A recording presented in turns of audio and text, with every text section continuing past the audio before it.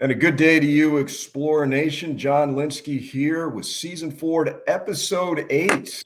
8 already of Looking Back with Lynskey. And we've got a 2-for-1 today. And what a double bill it is.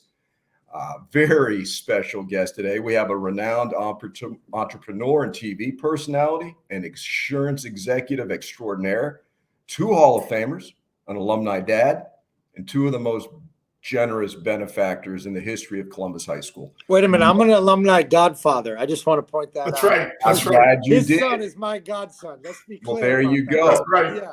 Most importantly, they are lifelong friends, true Explorer brothers from the class of 1991. Please welcome Marcus Lemonis, Mario Sueiras. Guys, thanks for being here today. Thank you, Coach. We're happy. We're happy to be here. Yes. And, we have so much to talk about, so much ground to cover, but let's go back to where it all began. We've got 3 Columbus guys, actually 3 Epiphany guys here, go Kings.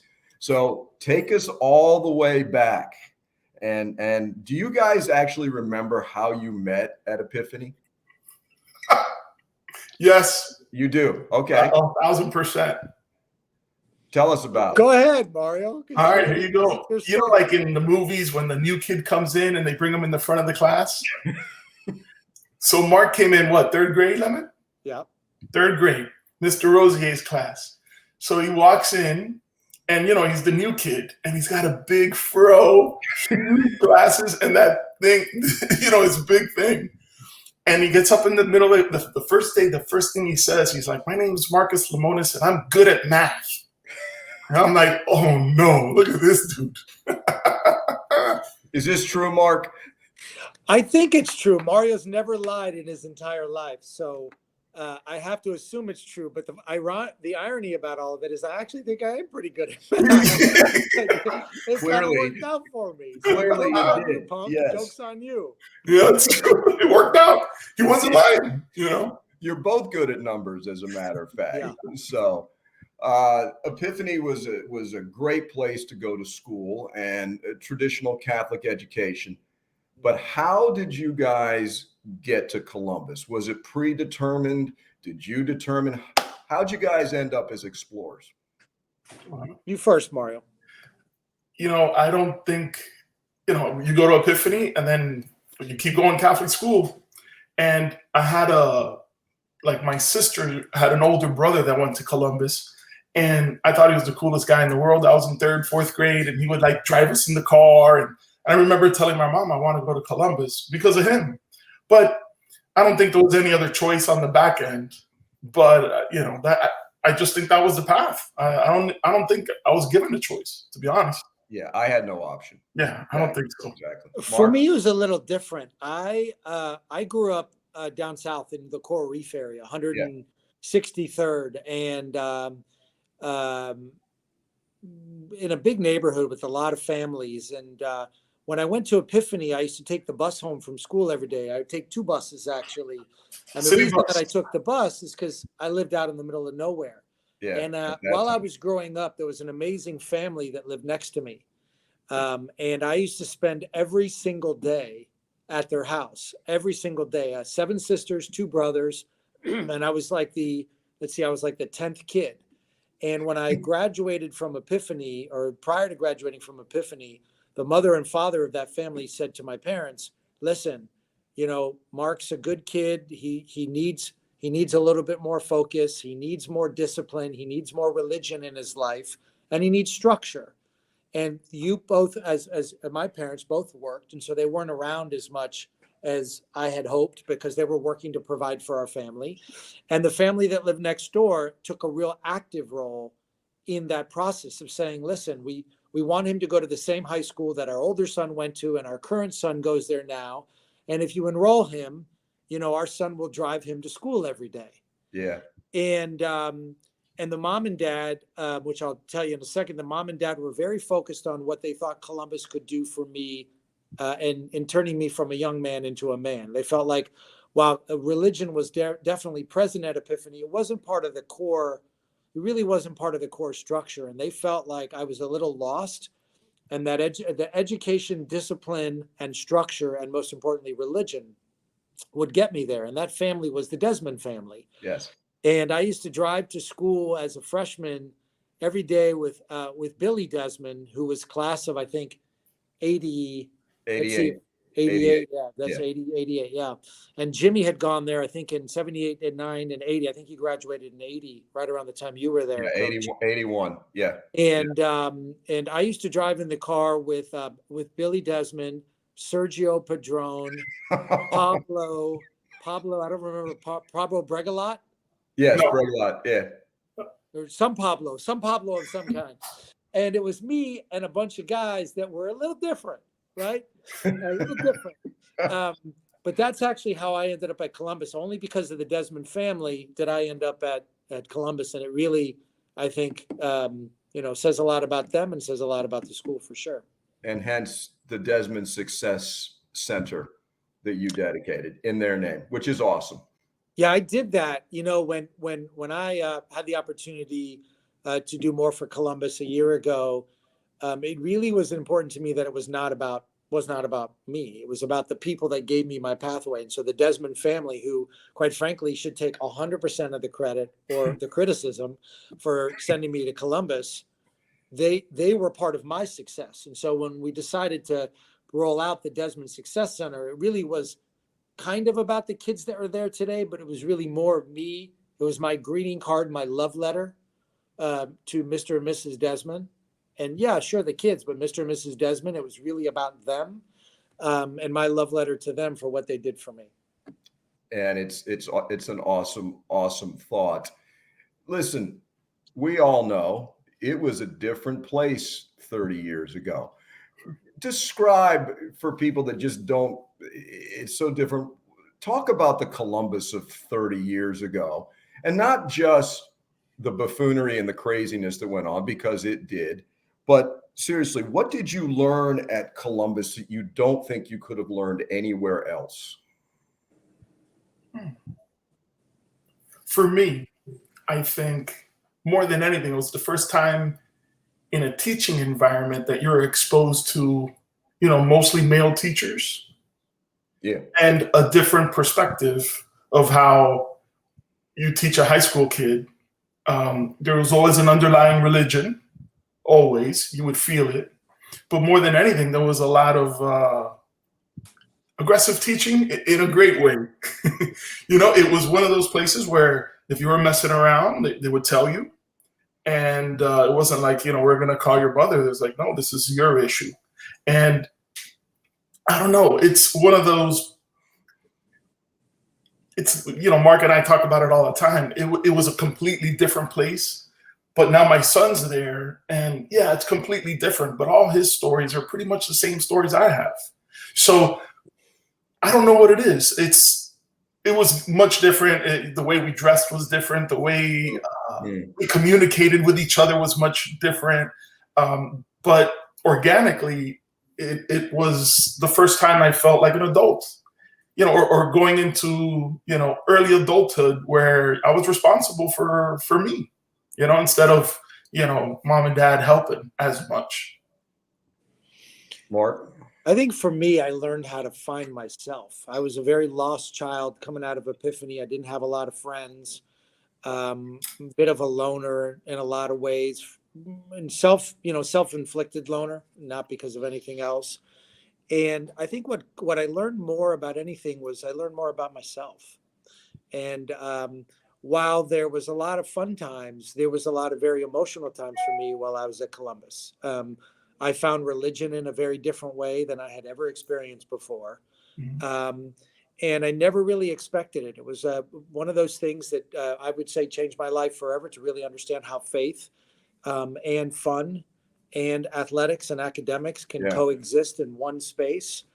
I learned the value of relationships and trust, where there were several instances where I had to go through some tough learnings, both with faculty at the school and I learned a lot about failure because I thought I was going to be successful in things that I did there, and I struggled both athletically and academically at a very high level. I struggled, And it was great for me to never feel alone. Mm. That Columbus really provided, um, um, I don't want to call it a safety net, but it provided an insulation where I could bounce into things and fall on the ground. And it was always a soft landing, and driven by faith, driven by the faculty, which is why Mario and I wanted to be very focused in how we support this school, and to, really understand where the the what really defines the school isn't the buildings, it's the people that have worked there selflessly, like yourself, for years. And so that's what I learned there, for sure. Yeah, we'll get into that a little bit later. Melissa actually asked me the other day, do you remember the guys in class? And with so many kids, some you do, some you don't. But what I remember about both of you are, you're still the same people. I remember Mario, and this, Mark, always had a smile on his face, was always happy, just glad to be there, be it in the classroom, practice, the cafeteria, the parking lot. You knew Mario was going to be a happy guy, Yeah.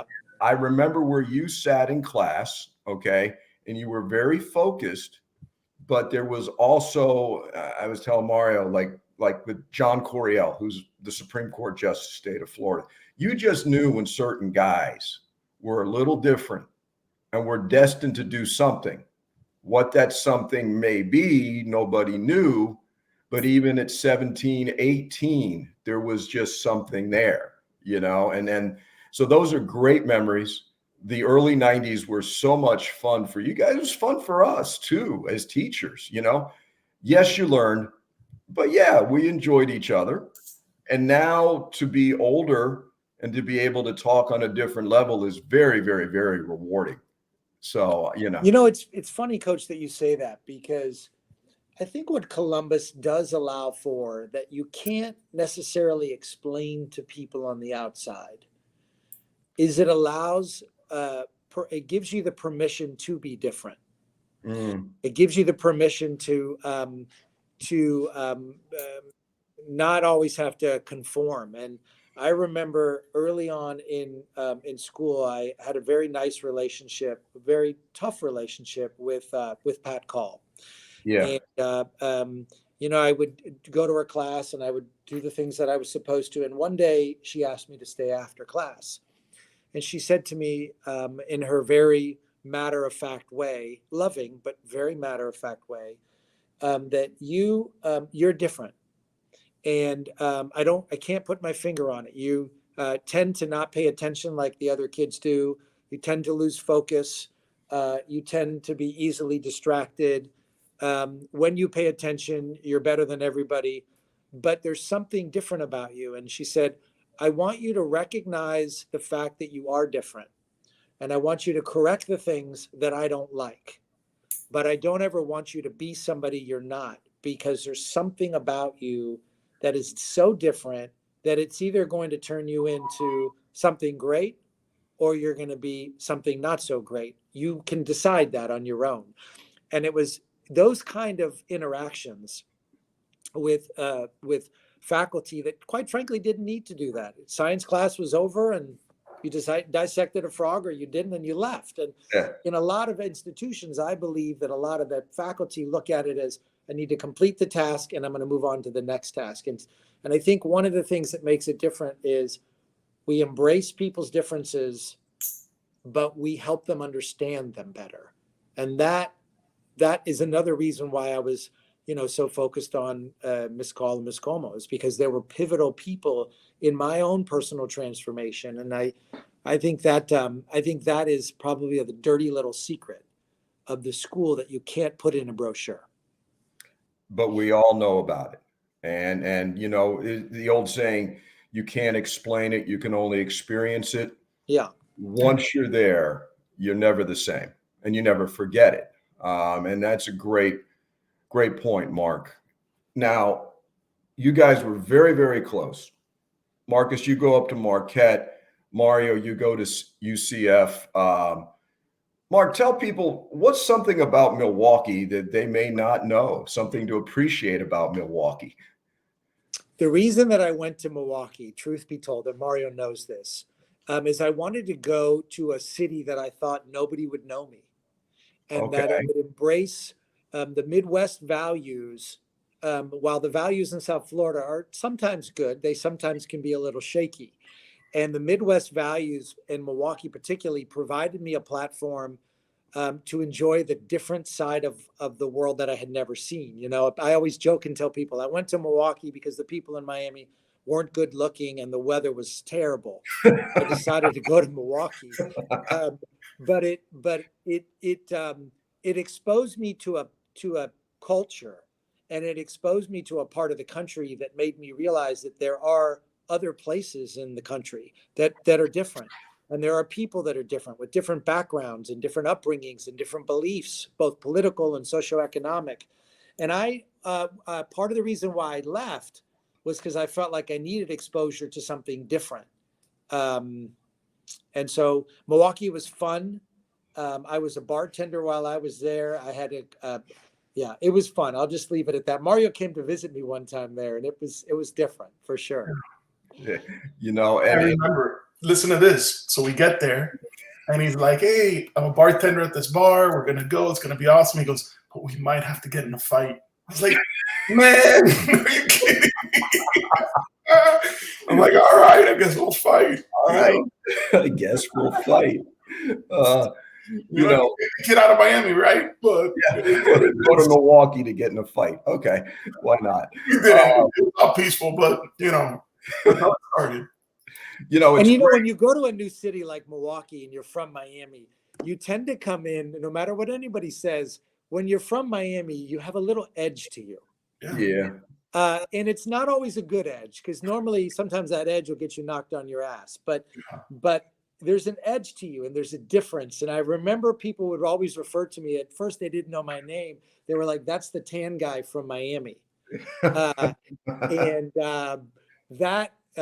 that was funny. And, you know, a small little detail that Mario knows, when I graduated from Columbus, I weighed, what, Mario, about 215 pounds. Mm-hmm. Yeah, you're good size. The summer that I went, so my freshman year, after graduating at 220, my freshman year of college, I had cut my hair, got real tan, and I was down to about 180 pounds. Wow. And there's a longer story there of how I made that physical transformation. It was actually a fellow classmate of ours, if Mario remembers, Frank Rodriguez, right? Yeah. Right? Is that his name, Frank Rodriguez, Mario? Mm-hmm. And you say to me, "Man, you're like dedicated to the gym," and I would eat eggs and chicken breast, and I was like getting lean. And it was the first time that the caterpillar started to transform. And I started to learn that I had the freedom to do that. And had it not been for my faith, and had it not been for a place like Columbus, I legitimately don't know what would have happened. Yeah. Mario, interesting little fun fact. You started off as an educator after college. Yes. And now you're head of Geico Miami. Talking about, to use Mark's term, the caterpillar and the transit. How does one go from education to head of Geico in Miami? Tell us about that. I wasn't the best of students, right? I learned how to network at Columbus very well. Of course. You know, Mark knows math. I'm going to go sit next to Mark. And so I learned that. But I went to college, and it was one of those things, you know, it's on the board. And I was like, you know what? I think I'd be a great teacher. And I think it'd be fun. So I studied education, and it wasn't really any thought to it. I've always liked business. My father owned a small business. I've always been interested in it. But I went and I studied education without much thought to it, to be honest with you. And, you know, in growing up, my dad and my mom were like, "You have to sacar el papelito," meaning you got to get a degree. We don't care what it's in, but you got to get that paper. So I graduated with a teaching degree, and I taught at Key Biscayne Community School, and I taught at Toussaint L'Ouverture, which are both public schools in Miami. I got a master's degree in educational leadership because I said maybe I'll be a principal. But my father worked in the insurance world on the finance side, and he told me, he's like, "Listen, you've done everything you've ever wanted to do. You have to get an insurance license. That's my only request. Not that you have to, but you should. And I said, I'll get it. And, one thing led to another, and, married in a mortgage. And I guess you say, you know what, let's see what's out there. And honestly, I think it was just listening to my dad and getting into, I got the license, and, there's a long story, but the truth of the matter is there was never any plan. And I try to tell my kids that, and there really wasn't any plan. I never really had a plan. I was just, do good, be good, do what you say. And how I got from one place to the other, I have no idea how it happened. I really don't. It doesn't make any sense to me. Oh, hang on. So, yeah. So I'm going to stop you for just a second. Because I think Mario's narrative about how he got to where he got is a little disjointed with reality. Okay? Mario was actually not a bad student. Let's start with that. This idea that he likes to draft off of my bad student story is a bunch of bullshit. But Mario, and I think he is probably more representative of what Columbus stands for than any person that I ever met, ever. He was always, the reason that our friendship is what it is, and he would never admit this publicly, but the reason our friendship is what it is because he knew that I was always the outcast. And he knew that I didn't have a lot of friends and that people didn't really like me and they didn't like my awkwardness or my big mouth. And he always made a point to put himself out on a limb, being willing to accept whatever criticism or questions would happen based on his relationship with me. And having a relationship with me wasn't an easy one. I'm a complicated person. He knew that at the time. And the reason that I tell you all that is because I think the reason that Mario became a school teacher is because his nature, by nature, he is intrinsically a giver. Mm-hmm. Not a bad student. He's a giver. And he is a giver to the underdog. And if you asked him who his idol was, he would tell you it's Mother Teresa, not a business person. And if you tell him what mattered to him most at Columbus, he would say that the environments where he could help people and he can give people and he can talk to people and he can listen to people and he can go into the chapel at lunch and he can go to Kerygma and Erasmus and all these other things. And I think ultimately what was a conflict for him is that he is a capitalist at heart, but he is an altruistic capitalist. And he was conflicted at the time. And I loved it when he was a school teacher, even though he was making $27,890 and I was making $35,450, that he loved dealing with kids that didn't necessarily have the same opportunity as other kids. And people would think, oh, it's Key Biscayne, everybody's rich there. And they were not all wealthy kids. I think ultimately, and I remember when he got into the insurance business, he started in a small plaza near Winn-Dixie on the corner of Sunset and Galloway, Sunset and 87th. Yeah. And there may have been, like, in a matter of a week, there may have been 3 people that walked in, and he lost his ass in the business. Like, it didn't do well. And he sort of was in this a little bit of an identity crisis where he didn't know what he wanted to be, and he didn't understand all that. And at the core of Mario, and the reason that he's been an unbelievably successful business person is because he is the master networker. But the networking that Mario initiates and executes aren't what typical networkers do. Typical networkers do it for their own benefit. Like, how do I climb this social network ladder to better myself? I'm either going to run for office, or I'm going to ask people for money, or I'm going to sell them a bunch of shit. That's why people typically network. And Mario built his business off of his network of giving, always trying to help somebody out, always doing something. And I think, Marcelin Champagne was really the key, the sort of icon of that. And Mario, of all the people that I've ever known in my entire life, and I've met a lot of people, good and bad, truly embodies, and I would say this whether I was friends with him or not, truly embodies the spirit of Columbus.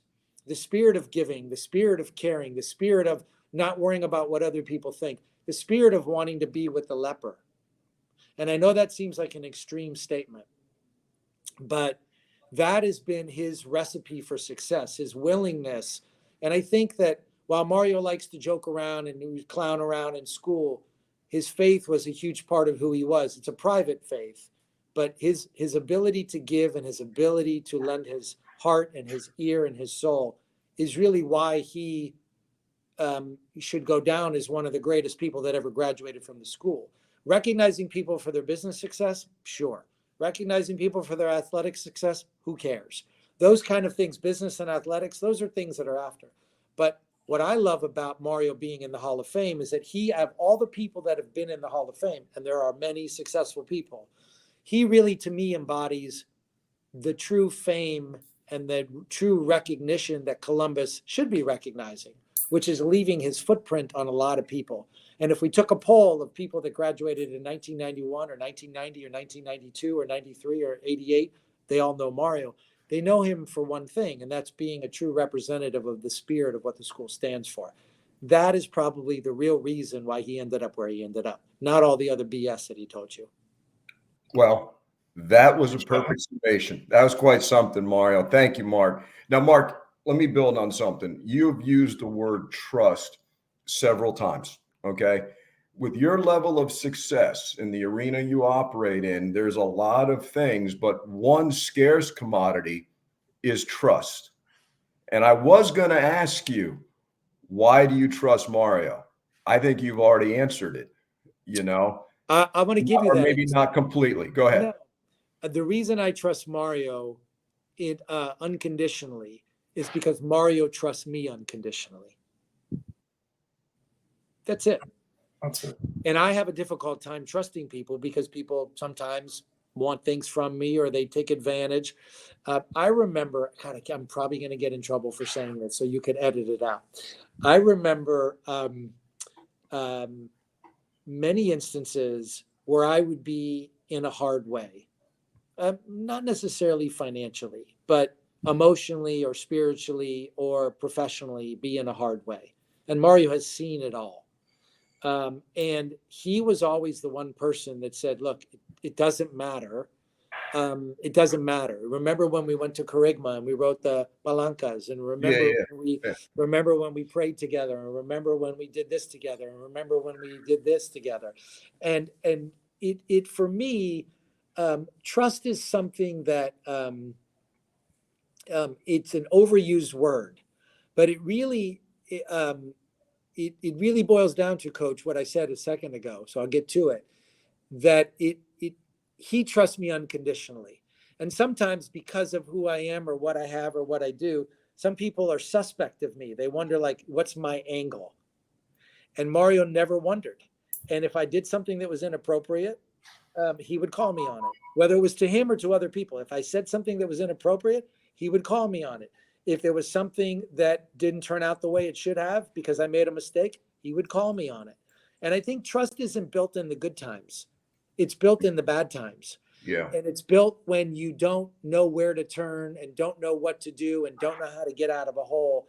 And somebody sort of, much like we think about our faith, they help you find the light and the way out. And that's, to me, how trust is built. That's fantastic. Thank you for that, Mark. Now, you guys, you were talking about Mario wanting to serve people. I found it very interesting after you graduated college that you ran for office in Florida House of Representatives. I remember driving down Red Road and seeing your face on, bus like that. Yeah, I remember that very well. What led you to want to serve the public like that? Be a public servant? In reflection, the truth be told, as a 48-year-old man who can reflect on his 21-year-old self, I think I was looking for any avenue to find acceptance. My faith had been a little rattled when I went to Marquette. The religious, which is a great school, but the religious, structure didn't maintain itself. When I was in Columbus, I had thought about even becoming a priest. That's how big my faith was to me. And when I went to Marquette, I was a bit disillusioned by the Jesuits. I'm not embarrassed to say it. And when I got out of school and went into my family's business, I was always sort of like trying to find my feet and trying to find my way and trying to find my purpose. And I knew that I had the ability to talk, and I knew I had the ability to be persuasive, but I didn't really have conviction in any one direction. And I remember when I told Mario I was going to run for office, he was like, but based on what? Like, based on what do you stand for? I was like, I don't know. I just want to be different. And I remember going into that process and learning everything that I learned at Columbus about being okay, being different. And I was like, I'm just going to try it. I'm just going to try something. The one thing I could say about Mark, and it's been consistent to today from when we were kids and even at that one point, was fearlessness. And Mark's the only guy I've ever met that's fearless of what people think. I mean, of course, he cares what people think. He's not, but he's willing to take a chance on himself every time.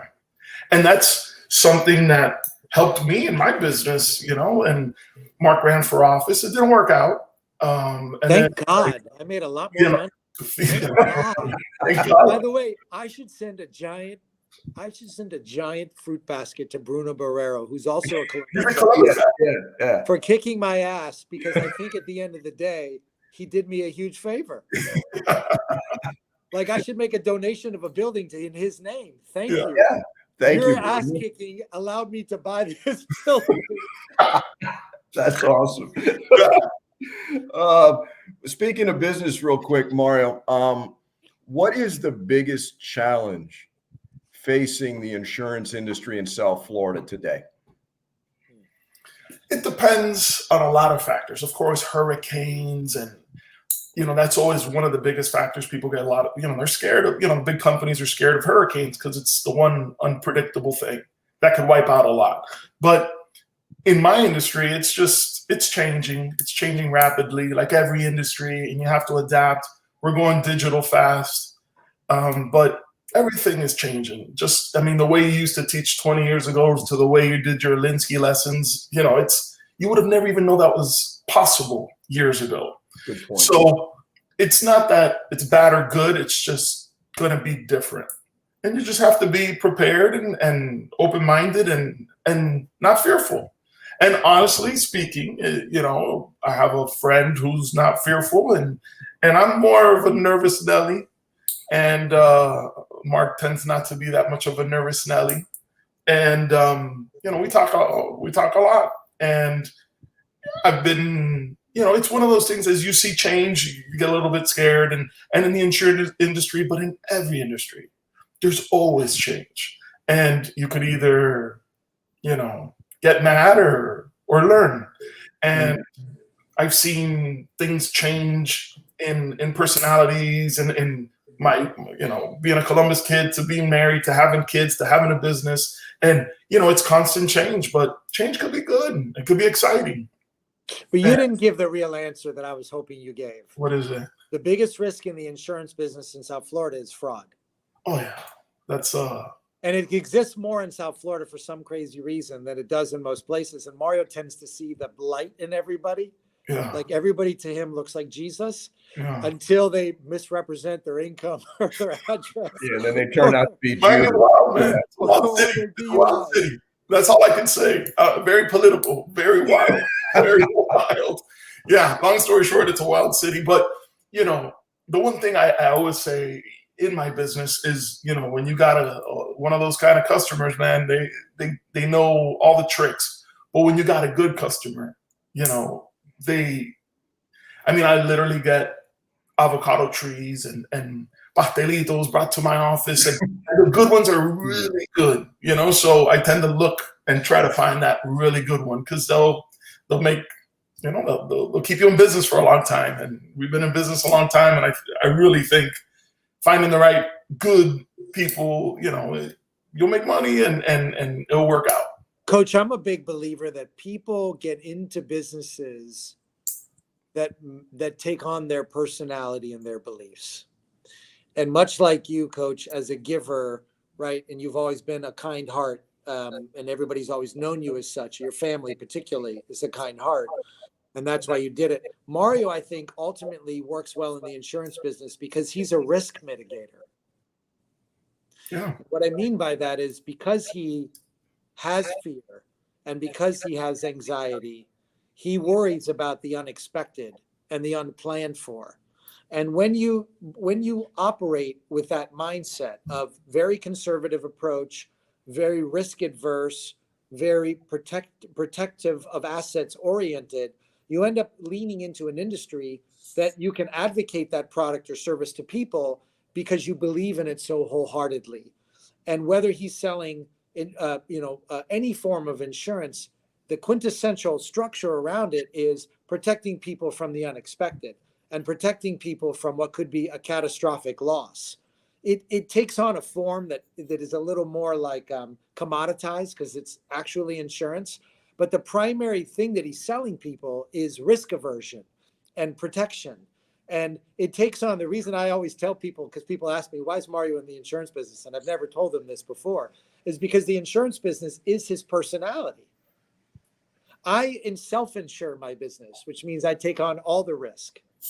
And so that takes on my personality. I'm willing to take chances. If businesses don't work, I flush the toilet, take my losses, move on. People steal, lie, sue me. I move on, I flush the toilet. Mario lives in a different sort of world where it's very much cocooned. And I say that in a very serious way. If you knew the room that he was sitting in today, it is his cocoon. It's a hidden door and it's his own hidden space. And it really represents his personality, just like his business represents his personality. And so for those folks that are trying to find their way on a career path or thinking about graduating from college or graduating from high school, not knowing what they're going to do, my best advice in that case, after watching Mario and watching myself, is take on a role professionally that best represents your personality, best represents your beliefs, because it's not hard for you to lean into it. You're not manufacturing your pitch. Your pitch is who you are. And so I think it's always great when people say, what does Mario do? How is he so wealthy? Because he's very wealthy. I just want to point that out. He's been very financial. I got a wealthy friend. Nice of you to point that out. Those. I'm like the entourage. Listen, he's very wealthy, and I don't mean just in money. He's very wealthy in his spirit, and very wealthy in his faith, and very wealthy in all these things. But he also lives what he believes, and that's hard to find today. You got that right. Now, an ongoing theme today has been altruism, okay, from both of you. And Mark, it's obvious with you when you watch The Prophet, when you watch the news show, The Renovator, that underneath the bottom line of making money is also helping the people become better people, better couples, whatever the case may be. Yeah.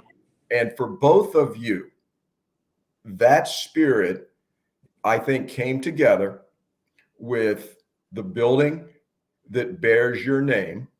Okay. And I got to ask you, what's it like to have your name on a state-of-the-art building like that?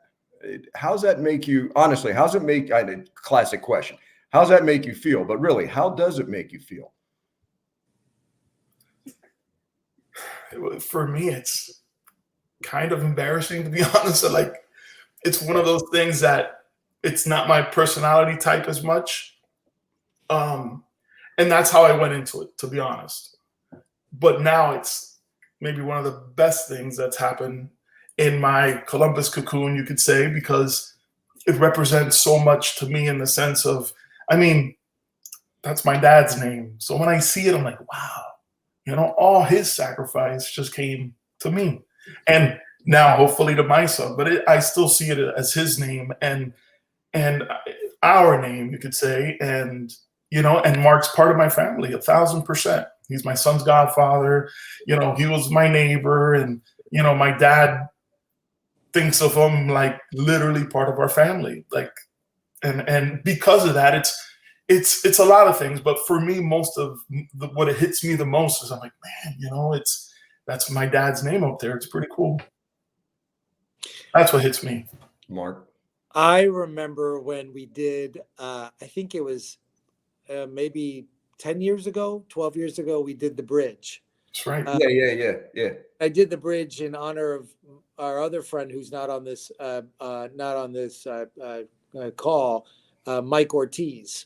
Yeah. Mike Ortiz, also like Mario, embodies just an absolute giver and a lover of people and a lover of life. And Coach, you know him well because, Chino's been a big part of all of our lives.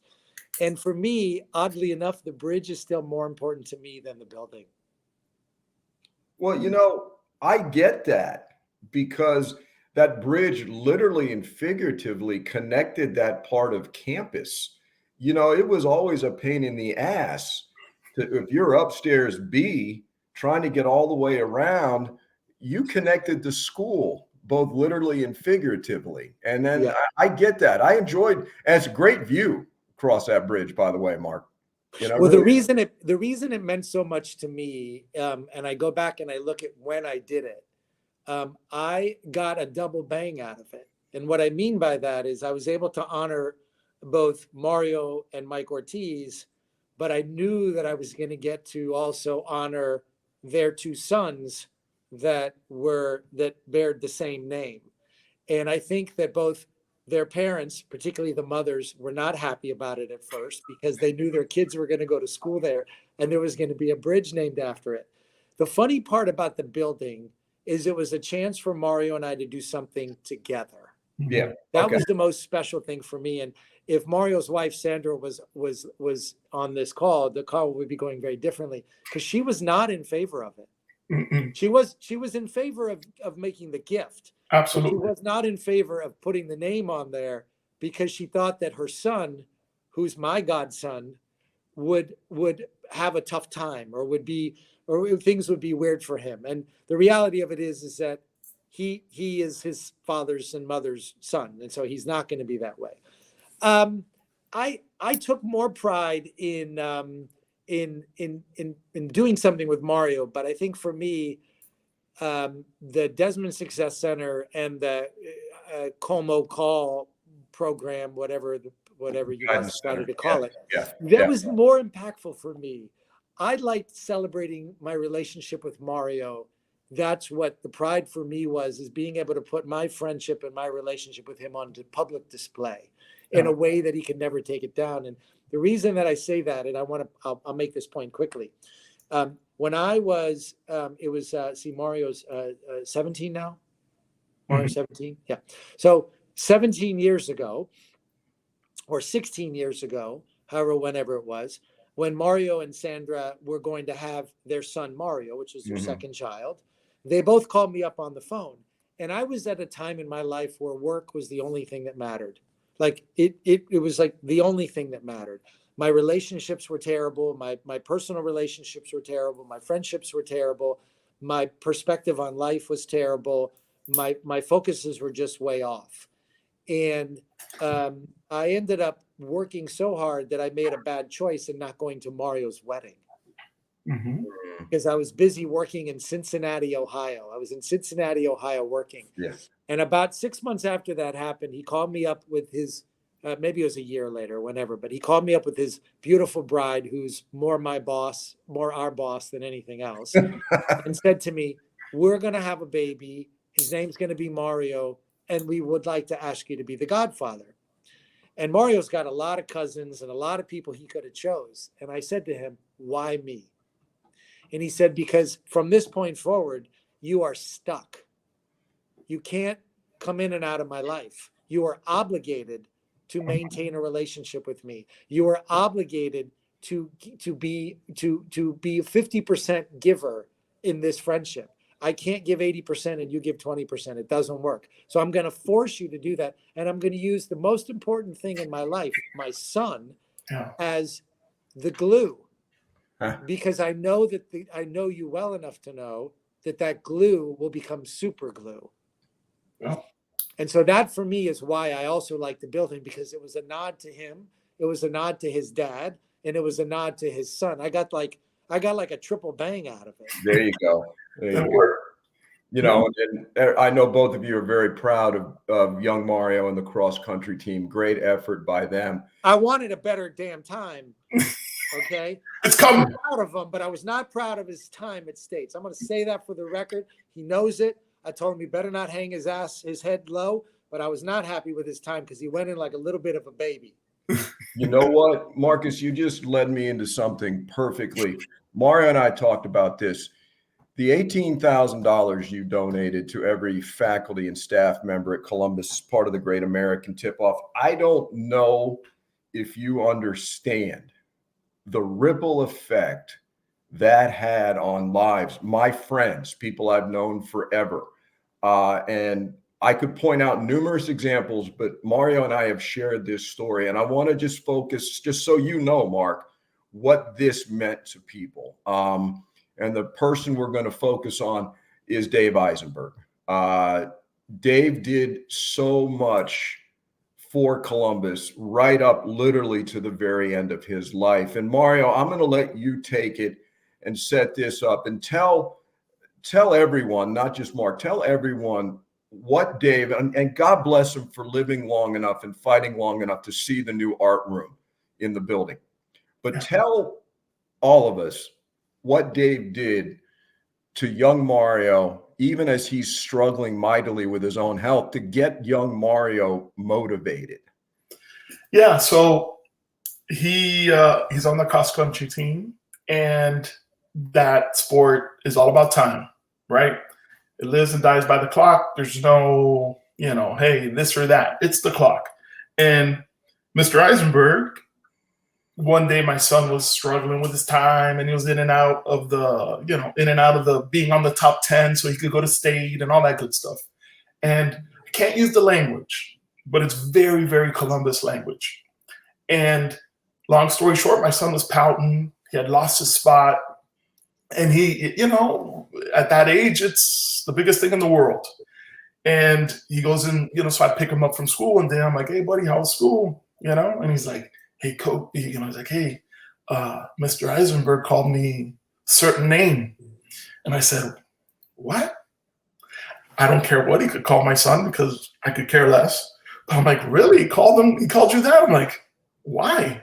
I know, he was going through some things, some, real life things. And in my mind, I'm like, man, if he said something like that, thank God he said it to my son. Because I call him like a baby. He was being a baby. Right. But the word ends in Y, Mark. Yeah, it does end in Y. Okay. Go baby. Yeah. Right. But very, very adult, very Columbus language. And long story short, I asked my son, I'm like, he's like, man, he called me this. And I'm like, but why? He's like, Dad, I've been pouting, I have my head down, and it's a very colorful story. I don't know but anyway, long story short, he called him out on it in the middle of class in front of everybody. And he went up to my son, and my son's exact words were like, Dad, he came up to me. He was really red. He had these things coming out of his head. And, and he's like, Dad, he was really mad. And I'm like, and he said to me, you're acting like a FP, right? And his literal words were, listen, buddy, you had a bad race. I had a bad day, and I'm here grinding. So butch up. And I'm telling you, from that day to this day, the kids never pouted again. Not one day. Not one day. And those are the lessons that happen in Columbus that they can't really happen in other places. And it's funny because I told my wife the story, and she's like, that's the best thing that's ever happened. And then I tell my parents the same story, and my dad's like, now that's a man. And my mom with tears, welled up, literally is saying, that's why that school's special. And it's a teacher calling your son and your, grandson a very derogatory, very mean word, right? But in the best of intentions. And it just works. And that's what I said, like, my son's getting an experience that is unbelievable. And this is something I kind of told Mark, but I'll put it out there too. After Mr. Eisenberg passed away, I do insurance for their family. And his wife, Jeanette, calls me, and we're going over the insurance stuff. When somebody passes, unfortunately, it's horrible. And she tells me, she's like, listen, I want Mark to know something. I'm like, yeah, sure. Go right ahead. Well, what's up? And, he gave money to a big tip off to all the teachers. And when we spoke about it before he did it, all of our things, he's like, Mark is like, hopefully they pay off their credit cards because they have high interest. and and they could get themselves financially in a better place, or a vacation, and all those kind of things. And that's what you expect, or buy a car, whatever the case is. But she told me that when he got that money, she said, look, that money's for you. You do whatever you want. You want to buy a car, you want to go on a vacation, it's for you. And he told her, no, what I want to do is I want to put that money away because I know tough times are coming. And she's like, okay. So she put it away. And tough times came, unfortunately. And literally, he passed away and he had about $100 left in that account. And she told me that. All the money that Mark gave literally was for end of care. And in my mind, I'm like, man, I mean, you can't make it up. It's like, that's what somebody does in a movie. And at the end, there's fireworks, but this is real life people that we know. And a guy like Mark to give that money to a teacher like that, to do that for his family, to make it easy. I mean, when you give to Columbus, you're giving to real people, and real people that really care about your kids. So for me, there's Mr. Eisenberg teaching my son a life lesson. And then my buddy giving money to the staff, and that guy making that decision. You just see, man, that's the quality of the people there, that us as parents entrust. And I think my parents trusted that we'd be, mentored, and Mark had Miss Carr, and Mr. Foyle was good to me, man, very good. And then now I left my son in the school, and there's Mr. Eisenberg teaching him, and it's like full circle. It's so beautiful. It's really the reason I'm so proud to be associated with the school, Mark, and there are many, many other stories, and we just wanted you to hear that ripple effect that you did. Because listen, and we all know this, buildings are very important, and that building is a wonderful building, and there's lots of great buildings at Columbus. But if you don't put the right people in those buildings, it doesn't mean a damn thing, okay? And you bettered the lives of the people that continue to change lives. And, I don't know if you are fully cognizant of how much that meant to people on a visceral level, because it did. Yeah, I mean, I'm aware of it. But I will flip the script, as I have when people have asked me before. I don't know how this is going to seem overly dramatic, but it has that added benefit of being true. I don't know how I would have survived had it not been for Columbus, legitimately. And I say that in a very dark moment. Like, I don't know how I would have survived. I went into the school in a very dark place, coming out of Epiphany, not because of anything that Epiphany did, just where I was at in my life and what was going on in my family, and just all of the craziness that Mario knows. I don't know how I would have actually physically, emotionally, spiritually survived. And so for me, it's more gratifying. And I've been very blessed to be able to do things at other institutions as well. And to be candid, it never, ever felt the same. Because I understand that the fabric of my DNA and the fabric of who I am and the way I see the world and the way I think about things and the way that I have to correct myself from bad choices, or watch what I say, or be more kind, or all these things. I know where the genesis of it is, and I can't ignore the genesis of it. I'm going to tell you a really quick story that nobody knows. That maybe Mario knows it, and it really gave me a roadmap for ethics in my life, and why I did what I did for Miss Call and for Miss Como. And it was our senior year, and I legitimately, unlike Mario, I legitimately wasn't a great student. I think I graduated with a 2.67 or whatever the scoring system was. And it wasn't because I didn't have the aptitude or didn't have the comprehension. Like, I don't have any reading disabilities, or I just wasn't focused. And I was always distracted with like the next shiny object. I remember that there was a test that was coming up, and it was a computer science test. And I made a really bad choice, and I went into the copy room. Mario knows this story, right? You know the story, Mario? I know a lot of stories. I went into the copy room in the A building on the second floor, right by the stairwell, Yeah. where teachers would print out copies of their test. Yeah. And I timed it in a way, I can't even believe I'm telling this story. I timed it in a way where I knew that the computer science teacher wasn't going to be there. And I had a nice relationship with her. And I think I had started to have a decent relationship even with her family to a degree, right, Mario, at the time? Mm-hmm. And I took the test. I took it. And later that night, she called my house and didn't ask for my parents. Oh, she boy. asked for me. And she asked me to come to her house. I said, it was like 9 o'clock at night. And she said, I'd like to see you. And I said, okay, I'll come to school in the morning. She goes, no, right now. And I lived over by where Mario lives, by, where do we live, Mario? On Galloway and by Norman Baptist Brothers. Hospital. By Norman Brothers. Yeah. And Miss Como and her husband and her daughters lived not too far. They lived right off of Sunset. Yeah. And I went to their house at 9 o'clock. And I was petrified because she didn't tell me why. And I knew I had taken the test and I didn't think anybody knew about it. And she said to me, is there something? And her husband was sitting there, Jimmy, who I built a long friendship with her. Yeah. And then Irene and Amy were also sitting there. Okay. I mean, Nancy and Amy were also sitting there. So it's Amy, Nancy, Irene, and Jimmy, which I call them by now because they're, I became very close with them. And Irene said to me, is there something you want to tell me? Oh, boy. I said, no. She goes, I'm going to give you one more chance. And I'm not going to tell anybody at school. I'm not going to tell, you're not going to get in trouble that way. But she said, you will never have any sort of connection to me ever again because I can't trust you. Ooh. So you need to tell me right now, is there something you want to tell me?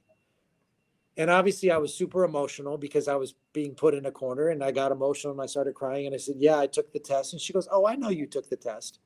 She goes, I counted them. And I know that you were the only one there on the campus because you had just left my place. And I know you. I know you. You weren't prepared.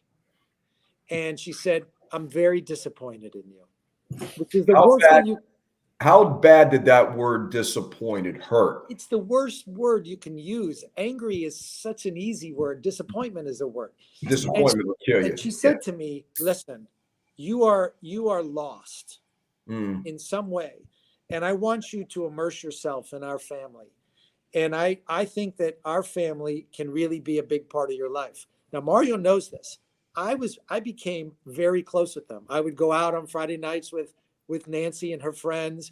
I would go to Home Depot with Jimmy. I mean, I would go there and hang out. And it was a safe place for me because they were a normal family that lived a normal life that didn't have like any pomp and circumstance. And we would talk about all my issues. I'd decide where I was going to go to school. We would decide how I would behave in certain ways. And what was nice about it is that she could have just said the next day, you took the test, you're in detention, you're disqualified or whatever, you're getting it. She could have just done like the administrative thing. Yeah. But she invested the time into me as a human being. And that for me is one of those moments where I learned. Those are kind of the reasons, not because I did something wrong, but because I did something wrong and I was forgiven and I was shown a better way and I was shown a different light. And my experiences at Columbus, I have 4 experiences that I remember very clearly. And that was definitely one of them. Changed my life forever. It became a trust issue for me. You violate people that give of themselves. What else do you have in life? You call that a Maris moment. Yeah. That's what we call it. Yeah. Yeah. Listen, guys, we could keep going. This has been remarkably insightful and enjoyable. So last question for both of you. If you had to sum up Columbus in just a few words or a phrase, what would those words or phrase be? For me, it's sacrifice. That's the word I think about in Columbus, is sacrifice, because everybody that went there, especially, back in the 90s, their parents were sacrificing for us to go there. Sure. Now looking back in my life, my parents made a sacrifice for us to go to Epiphany, and they made a sacrifice for my sister to go to Lourdes and for me to go to Columbus. it wasn't, hey, they could just do it and that's the place. They made a real sacrifice for us to go there. And then you show up at a place and these brothers made a sacrifice and faith and hope that the school could be something. And it's a lot of people sacrificed a lot of time, a lot of effort, a lot of, good and bad, working in a school for 40 years, coach, you've seen a lot of good things and a lot of bad things. But there's, in the end, for me, I always view it as a place where, a sacrifice. I really see it where, almost everybody that graduated in the class of 91, their parents made a sacrifice. And, there's nice public schools. Now there's a lot more public schools, but there's a lot of public schools and that you could go to and have a great experience. But our parents made a sacrifice to put us in that environment where, religion was important. And for me now as an older person, now as a parent, and man, I look back, I'm like, man, there was a lot of parents that, what I always say, that's after tax dollars. You know what I mean? That's real money, man. That's real money that they took away from maybe a vacation or something to give to us. And I feel it more now than ever. I really do. For me, it's one sentence. It's going to Columbus is an opportunity of a lifetime. Yeah. But what you do with that opportunity is up to you. And what both of you have done is pay it forward. And, on behalf of the entire Columbus family, thank you both. And Mario, I'm really looking forward to seeing you get inducted into the Hall of Fame. It's going to be a great night. You're going in with some wonderful people. You're joining a very, very fine elite club, and welcome to it. And it's going to be the greatest roast ever. I hope so. I'm going to cry so much, man. It's going to be horrible. It's going to be horrible. Oh, it's going to be horribly awesome. Yes. Yeah. And Mark, again, yes, you're a very, very busy man, and thank you for taking the time to do this. And it was what we wanted it to be. It was informative, but man, it was a lot of fun and a good walk down memory lane. And the best is yet to come. I do believe that. We'll see you soon. Take care. All right. Bye-bye. Thank you. So Explore Nation, on behalf of Mario and Marcus, thanks for being here. We got a lot of good guests coming up, but it's going to be hard to top this one. So until next time, take it easy and Adelante. Adelante. Thank you.